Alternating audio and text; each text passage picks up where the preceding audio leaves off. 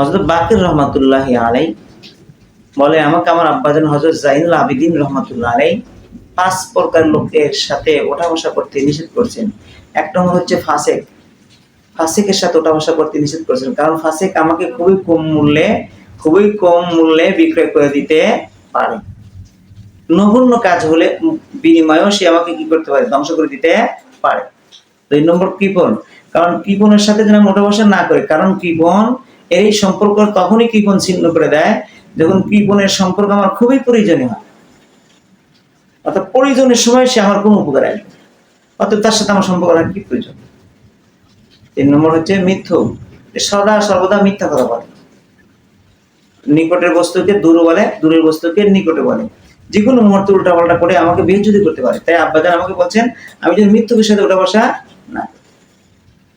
৪ নম্বর হচ্ছে নির্বোধ বোকা। তাদের সাথে যেন আমি ওঠা বসা না করি। কারণ তারা আমার ভালো করতে কি করবে? ক্ষতি করবে। বোঝে না। এবং ৫ নম্বর হচ্ছে যারা আত্মীয়তা সম্পর্ক ছিন্ন